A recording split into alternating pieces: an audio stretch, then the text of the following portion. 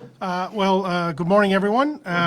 It's a pleasure to be back here again today. Let me just make a few comments off the top. That this morning we met as cabinet and we renewed the state of emergency in our province until June 14th, based on the advice of both EMO and the Chief Public Health Office. Both have recommended to the Minister of Justice and Public Safety, and we have supported as Cabinet that this is required to ensure the measures and directives needed to keep our province safe.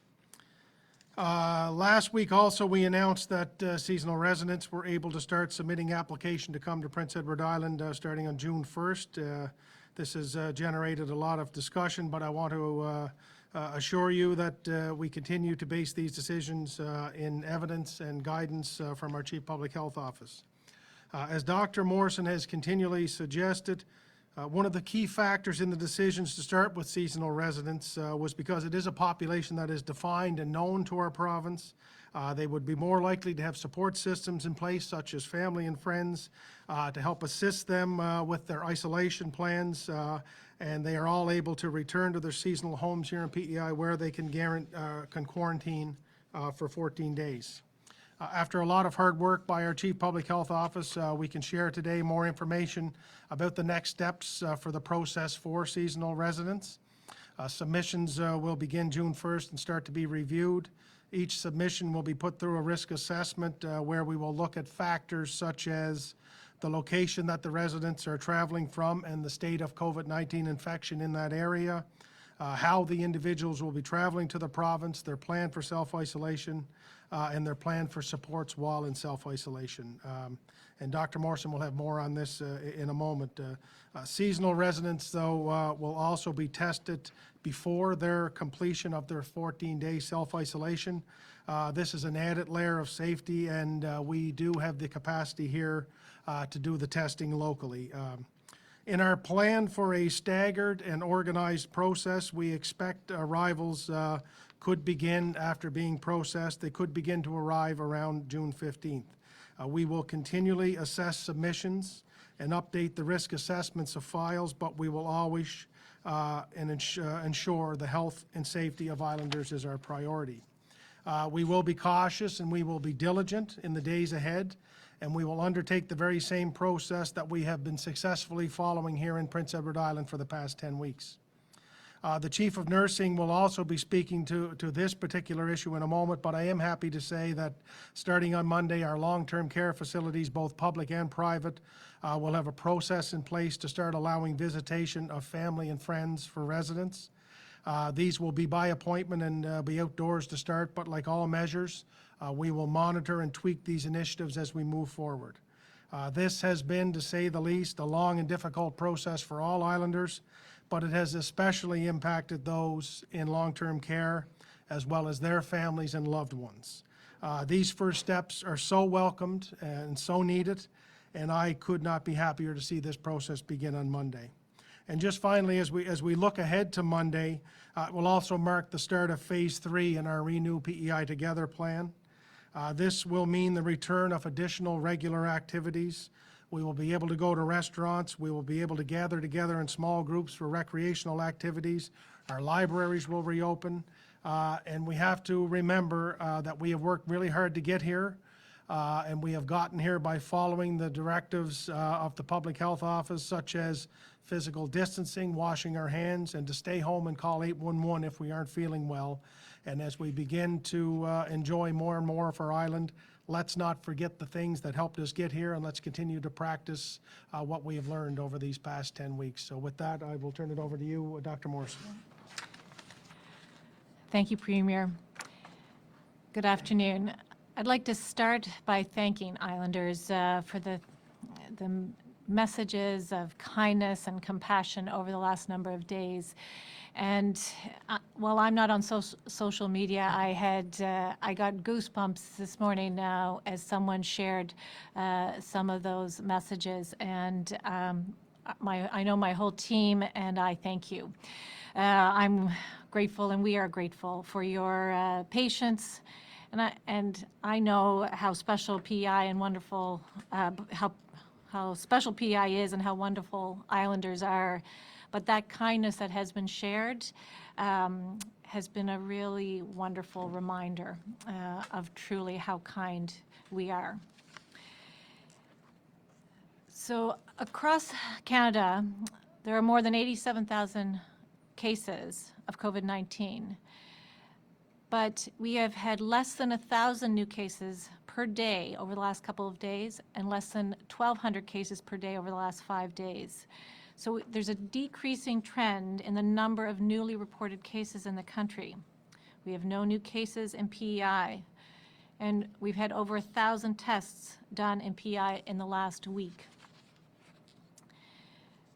Of course, as June 1st nears, we are looking ahead to phase 3 of the Renew P.E.I. Together plan. And as a reminder, there are many different guidance documents for a variety of services and industries and sectors to help us prepare and operate safely during the pandemic.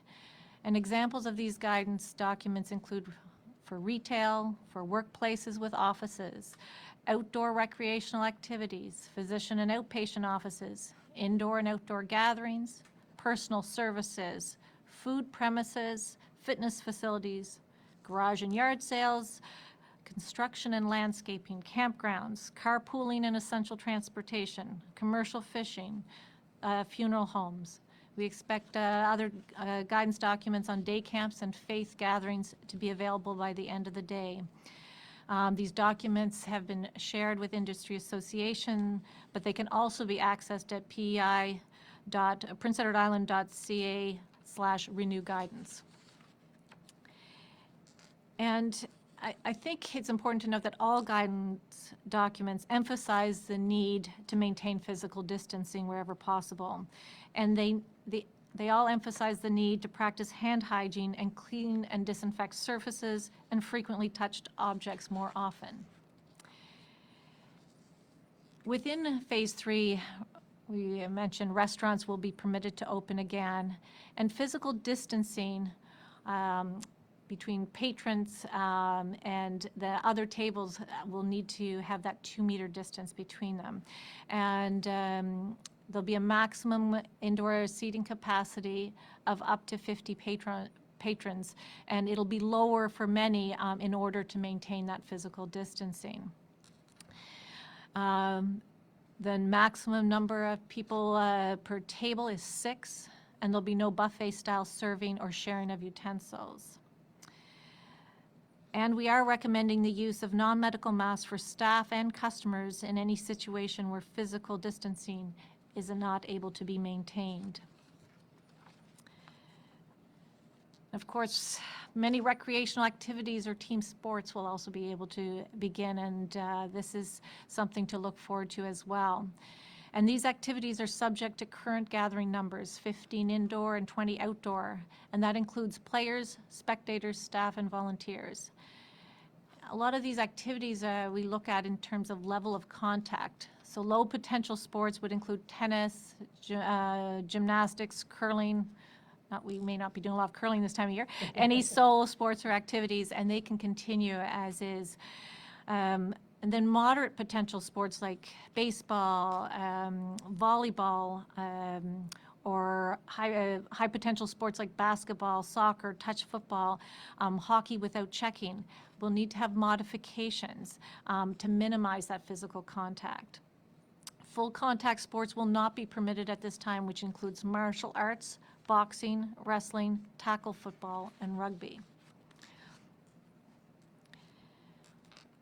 Retailers, of course, are open, and just because it's come up before, they may open change and fitting rooms, but must have policies in place to ensure customers and staff are protected, which may include limiting the number of rooms to permit more thorough cleaning and disinfection, requiring hand hygiene to be practiced before and after trying on clothes, and cleaning, disinfecting, or quarantine clothing that has been tried on.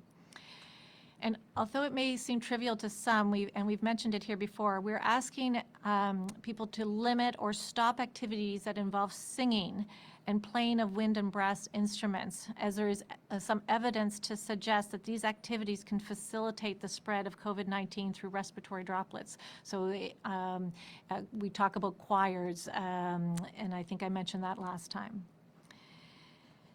And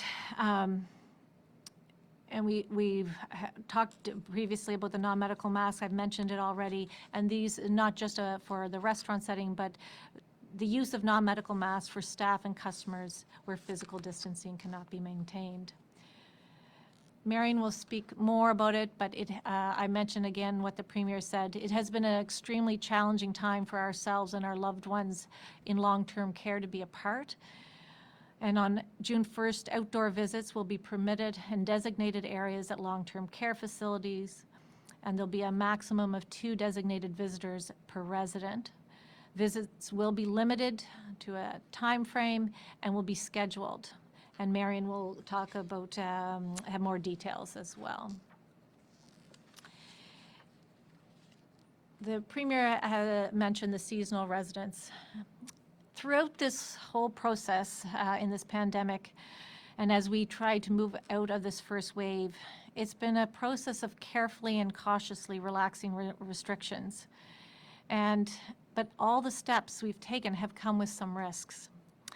It was a risk to allow hugs for many of our mothers on Mother's Day. And we've taken risks with fishing, temporary foreign workers. But with these risks, we've put some very important measures in place to ensure we are doing so thoughtfully and that we're taking steps to mitigate the risk for islanders. And allowing seasonal residents to begin applying is another step. And this will take time. We mentioned that earlier in the week. And to be done correctly, it will take time. There'll be no opening of the floodgates, no instant influx of seasonal residents next week. This is, we will begin the process of receiving applications. And the measures we will have in place will be stringent and they will continually be evaluated. The first phase will allow those from Nova Scotia, New Brunswick, Newfoundland, and then later with provinces like Manitoba, British Columbia, and finally provinces such as Quebec and Ontario. And all of these seasonal residents will need to apply online and be approved before traveling to the province. They all must have a self-isolation plan in place and will get calls to ensure they are following the self-isolation rules. And before completing their self-isolation, testing will be performed for up to 2 members of the household. We will only be processing up to 500 applications per week for them to arrive in Prince Edward Island. And that is to make sure that we are able to do the Operation Isolation calls and to do the testing. Thousands and thousands of islanders have come home in the last couple of months, or people have needed to come to Prince Edward Island, and they have successfully completed their self-isolation. And this will be the same. In fact, it will be even more diligent. We've had extensive screening in place at our points of entry, and that is going to continue for all of us. It's a reminder that essential workers who travel in and out of province, this should be done for the purpose of essential work that the person is doing. If you are an essential worker, you are still not permitted to travel in and out of the province for non-essential reasons.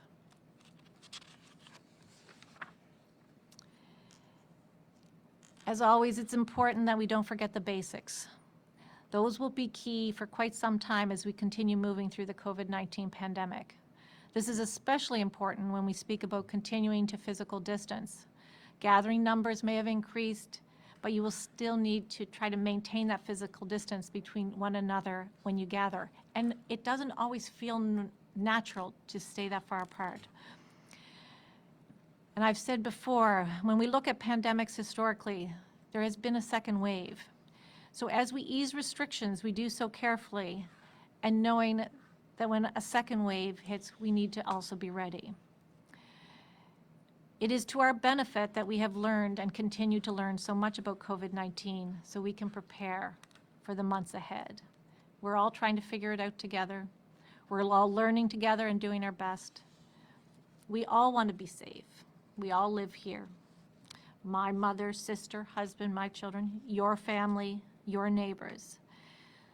So just like we have done all the way along, we'll continue to take it step by step.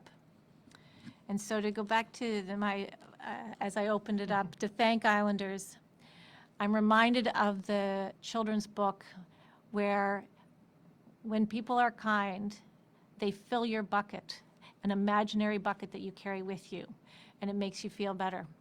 And Islanders have helped fill my bucket and for those of our team, so I thank you again. Let's continue to be patient, let's continue to be kind, and look out for one another. Thank you. Good morning, everyone.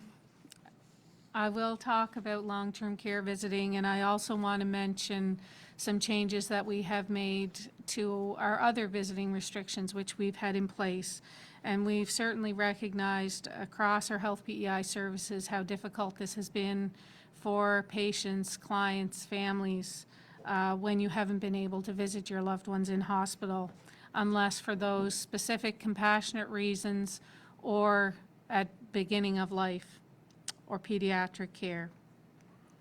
So for long-term care, what we're looking at is being ready on Monday, and I know that our long-term care homes will be contacting family members who will become designated visitors for the residents in those homes over the next number of days to be ready for Monday when the public health order changes to allow some visitation in our long-term care homes, or I should say to start outside of our homes. All the visitors for residents will be maintaining physical distancing if at all possible. We recognize that some of our residents may have difficulty maintaining this distancing, and so if that's the case, a non-medical mask or face shield will be worn by the visitor. All visitors will be screened before visiting, and anyone with symptoms or who is unwell will have to postpone their visit. The visits will be scheduled and in designated outdoor areas. There will be a maximum of 2 visitors per resident at any one time, but those 2 designated visitors may visit together or separately as well. There will be a time limit on the visits to allow access to other residents within the property to have their visits, and enhanced cleaning of spaces will take place between visits. There's also been some other changes too, as the weather's gotten nicer, to our long-term care homes and allowing some additional outdoor visits for our residents to be outside in designated outdoor spaces while maintaining physical distancing in the homes with staff, as far as being able to go out among the grounds of the home, being able to be walking out around the homes and practicing that physical distancing with any other residents in the home.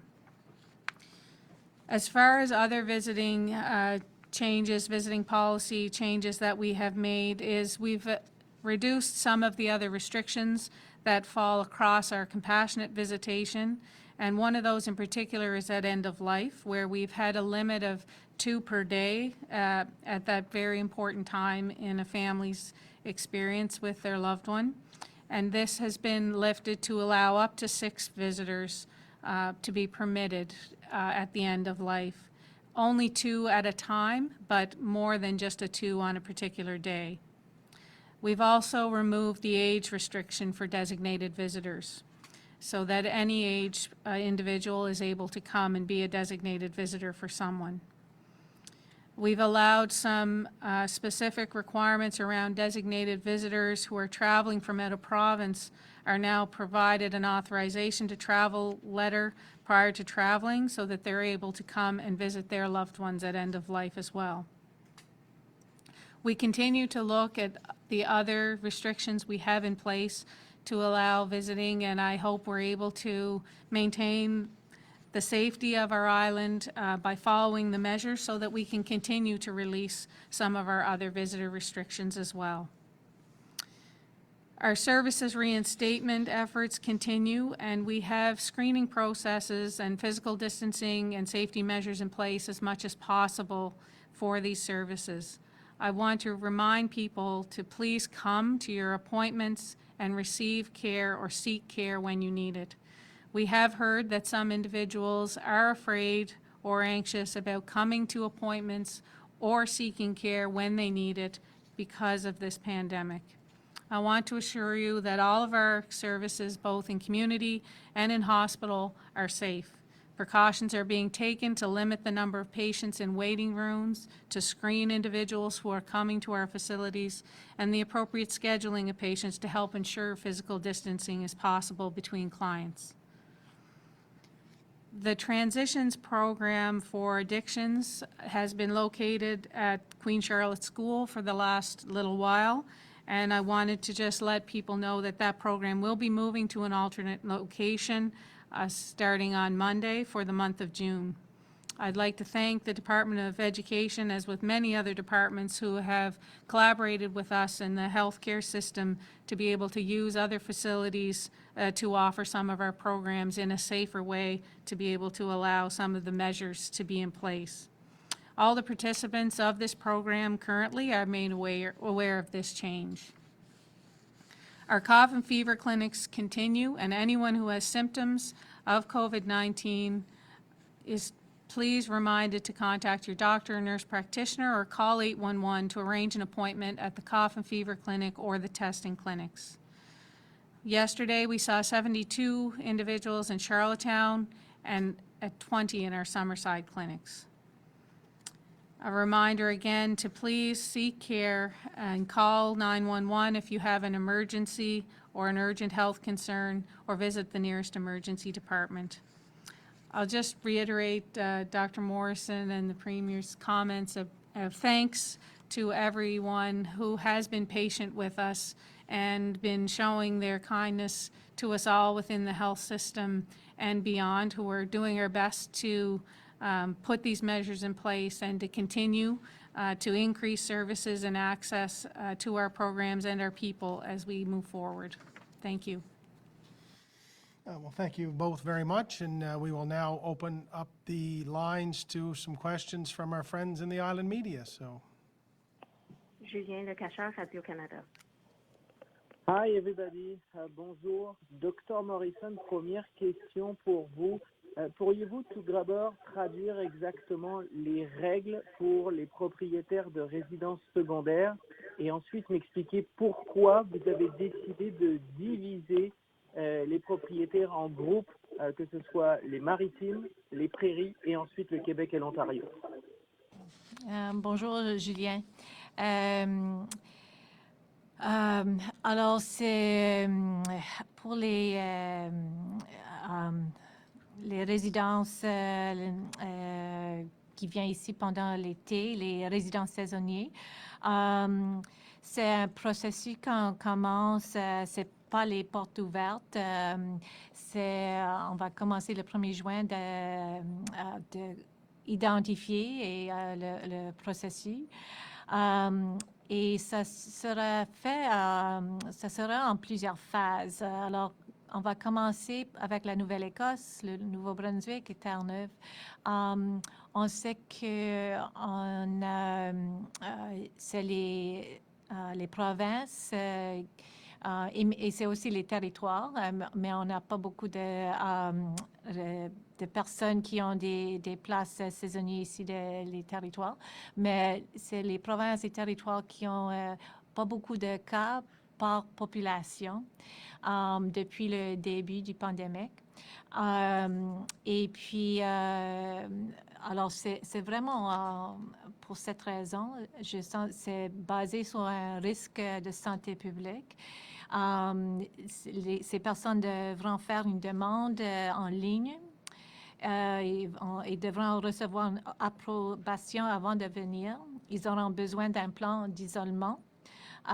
Et puis, comme les autres insulaires qui arrivent dans du province, ils vont recevoir des appels pour s'assurer qu'ils respectent les consignes. Et puis, avant la fin de les 14 jours, ils seront testés. Alors, c'est un maximum vraiment de 500 personnes, 500 résidences par semaine. Et on doit faire ça lentement pour s'assurer qu'on a nous puissions faire les suivis nécessaires.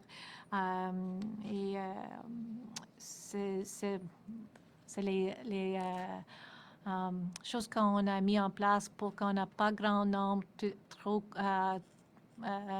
vite, qu'on peut les suivre, qu'on peut les faire tester. Alors ensemble, c'est juste les petits pas pour qu'ils arrivent et pour protéger les gens qui arrivent, mais aussi de protéger les insulaires. Un follow-up là-dessus, Dr Morrison. Est-ce que vous avez un échéancier de date concernant les maritimes, puis les prairies, puis le Québec et l'Ontario? Et enfin, est-ce que vous avez une date en tête pour les propriétaires qui habitent aux États-Unis? Je vais commencer par la question. La date des États-Unis, ça c'est j'imagine que ça va être plus tard parce qu'on a encore la loi entre les États-Unis et le Canada. Ils ne peuvent pas venir à cause de cette loi maintenant. Alors, on va voir qu'est-ce qui arrive entre Canada et les États-Unis.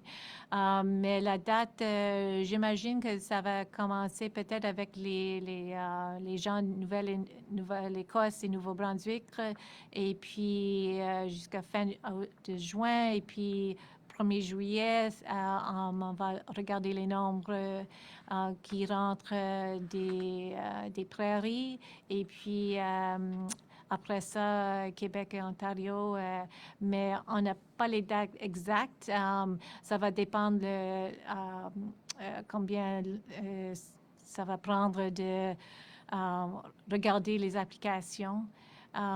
Et puis, on regarde chaque jour qu'est-ce qui arrive aux autres provinces. Alors, si on doit changer, on va changer. Merci beaucoup. Bien. François-Pierre Dufault, Radio-Canada. Good afternoon to you three. I'll ask my question in English for Premier King et Dr. Morrison, si vous voulez répondre ou ajouter en français, ce serait apprécié aussi. My question has to do with early childhood centers. I understand that in phase 3 there will be changes to maybe the capacity of the centers that will be open. I'm just wondering if you could confirm or elaborate a little bit on what will change after Monday for early childhood centers. Actually, it would probably be easier if we get Dr. Morrison to do it in English and en français, perhaps. Okay,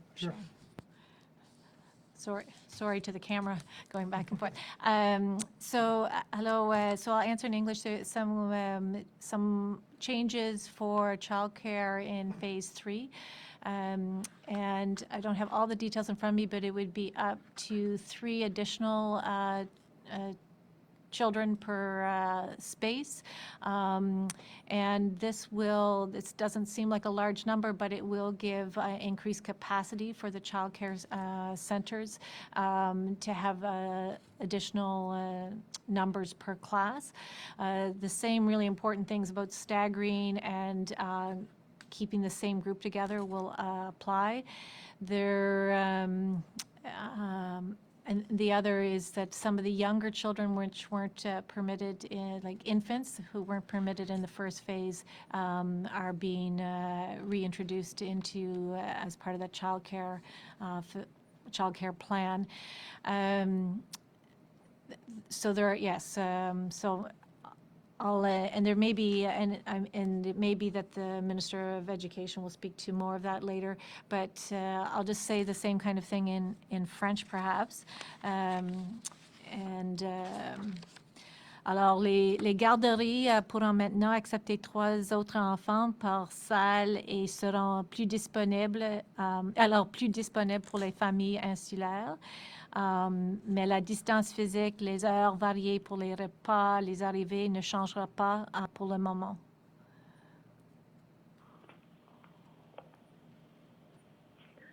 Merci Laurent beaucoup. Rigaud, Merci.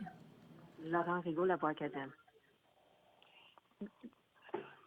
Good afternoon. Dr Morrison, j'ai une question en français pour vous concernant le sport qui sera autorisé à partir de lundi. Il y a une limite pour les rassemblements à l'extérieur à 20 personnes. J'ai une question assez précise. Est-ce que, par exemple, des parents qui vont assister à l'entraînement de baseball de leur enfant et qui s'assoient sur, par exemple, des chaises devant leur voiture, est-ce qu'ils sont considérés comme étant dans le rassemblement? Quel est le rayon pour être inclus dans le rassemblement? Bonjour Laurent, on est en train de discuter ça et c'est difficile, mais à ce moment, c'est 20 dehors et le montant total, c'est les joueurs, les spectateurs, les coachs et les bénévoles. Alors, ce n'est pas grand nombre pour commencer, mais comme j'ai mentionné avant, j'imagine que ce nombre va augmenter dans les semaines qui suivent. Mais il y a des fois, il y en a les petits-enfants, vous ne pouvez pas les laisser toutes seules. Alors, c'est un peu différent, on ne les compte pas d'une même façon vraiment, mais alors ça va dépendre un peu à quel niveau et quel âge. D'accord. Et j'ai une question aussi sur les résidents saisonniers. Vous avez dit que les arrivées seraient d'abord ceux qui habitent dans les maritimes, ensuite ceux qui habitent dans les autres provinces, etc.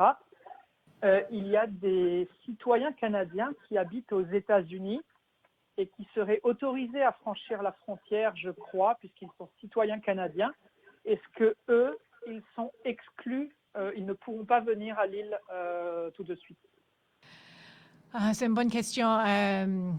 Ils ne sont pas permis tout de suite. Les États-Unis ils ont beaucoup de cas là-bas, mais c'est des... et j'imagine que ce nombre n'est pas très grand, mais ce ne seraient pas les premiers qu'on va regarder comme dans le processus, mais c'est une bonne question. Merci. Brian Higgins, CBC. Yes. Hi, Dr. Morrison. Can you tell me a bit more about that process of testing 2 persons per seasonal resident household? Why you're going that route? How that will work, and what the medical thinking is behind that? Hi, Brian. Even now, if we had a case and we were testing other contacts, asymptomatic contacts in a house, we would usually only do up to 2 members of that household. Looking at the sensitivity and specificity of a test. So if we had 2 parents and a child at a seasonal property, we would be testing the 2 adults and not sticking a swab up the nose of the baby. But recognizing that what we know about the virus, it's usually spread with close contact, and that's would be consistent with what we have been doing, and we would do. Of course, anyone with symptoms would be tested immediately, and they would be tested at any point in time during the period of self-isolation. Again, we're talking about limited numbers and coming in slowly, and then doing that testing, making sure that they would not be able to be out of self-isolation until that process happens. Thank you. And a follow-up question for Nurse Dowling. You mentioned people from out of province can come for compassionate reasons. What is the process for people to do that? Normally, they're being called by our facilities or by family members to come and visit someone who is at the end of their life, to come and visit. So those individuals come, they become a designated visitor for that specific person, and who may be in hospital or palliative care, and we will provide them with a letter that identifies them as a designated visitor for someone at our facilities from the administration of that facility, so that they have that, and that's also provided to the Office of Public Safety, so that they have the ability to come. They are required to self-isolate when they come, with the exception of being able to come and visit their dying loved one for that period of time of the visit. They would be provided with protective equipment, though, as they come into our facilities and do their visiting, and then be going back home to self-isolate as well. So there's a process there that we work with our infection control and the Chief Public Health Office, as well as the Office of Public Safety, to allow those individuals to come and visit loved ones who are at the end of their life. Thank you. Louise Martin, CBC. Oh, hi, good afternoon to you both. My question is for Dr. Morrison and actually the Premier. Sorry, the phone is correctly. I'm sure you're aware of the situation in New Brunswick with the healthcare worker traveling out of province and coming back, and now there's a third COVID-19 case pushing that region back what they call orange recovery phase. Does that impact potential bubble with New Brunswick, and what protocols are in place to ensure that kind of thing doesn't happen? I don't know, Louise, I couldn't hear very much the last part of the question, but certainly we're aware of the situation in New Brunswick, and watching, and we will continue to watch that closely. I know they're doing the process of doing contact tracing and follow-up testing.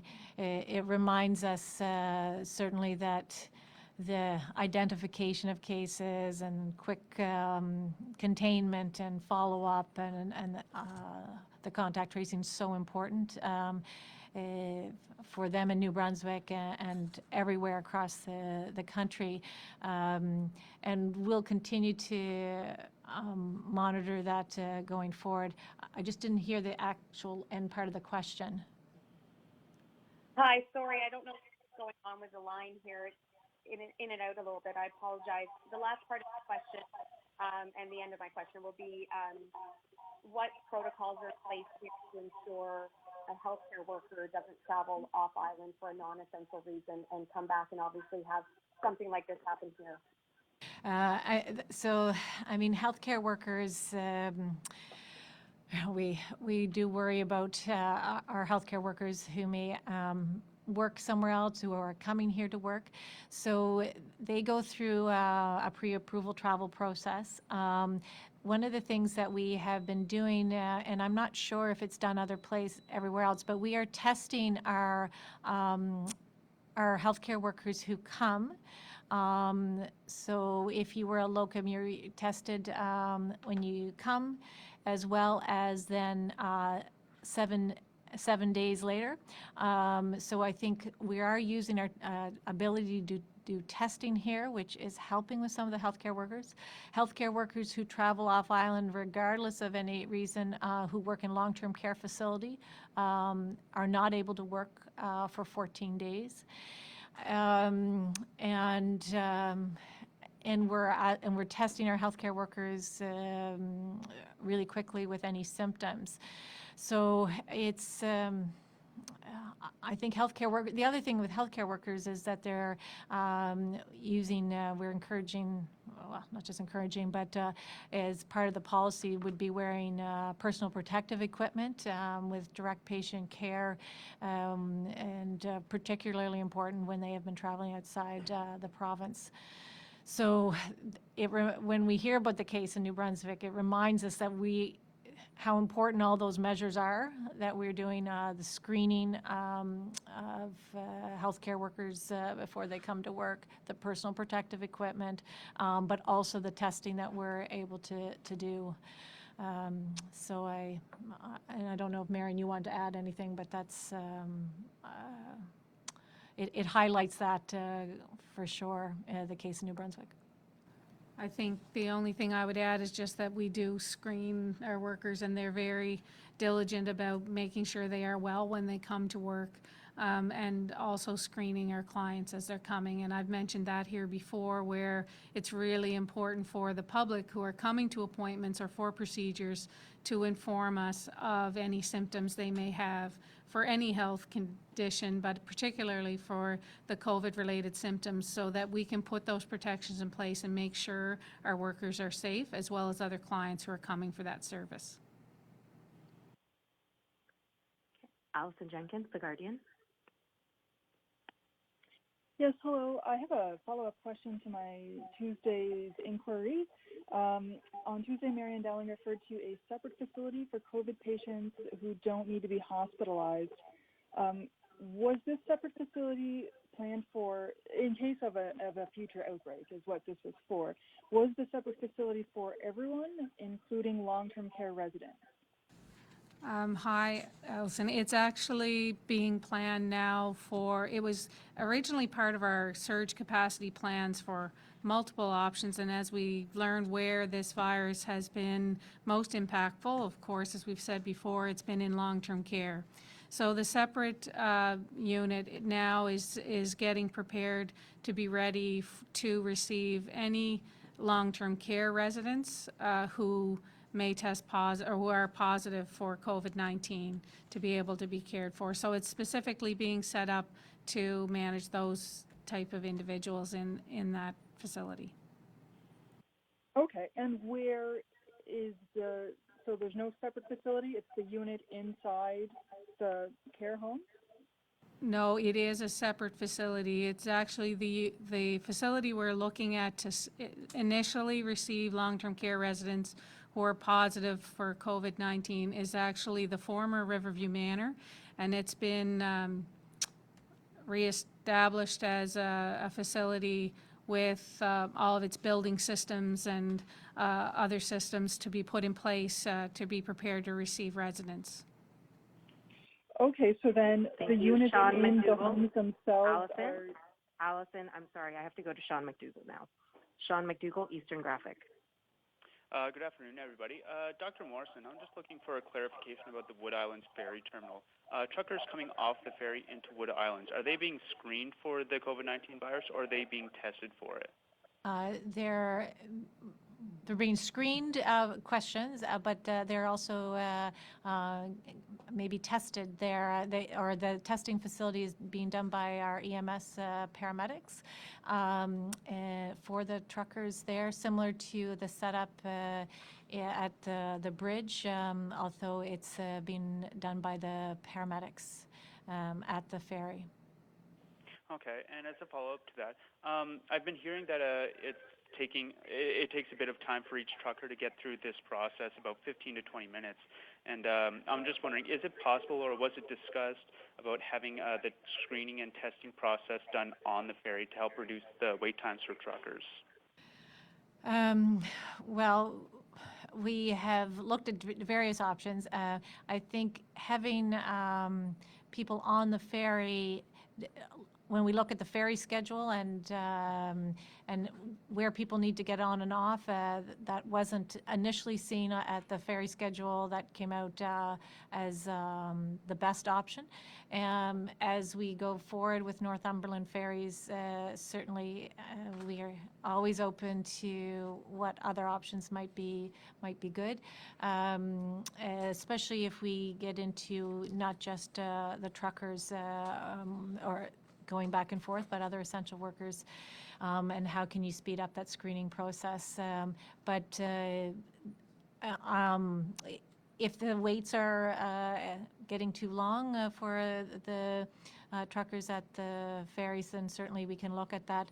But it's being done at the ferry terminal so that they do not have to also make an appointment and get into a clinic elsewhere, which, so it's being done to try to be more convenient for the truckers. Thank you.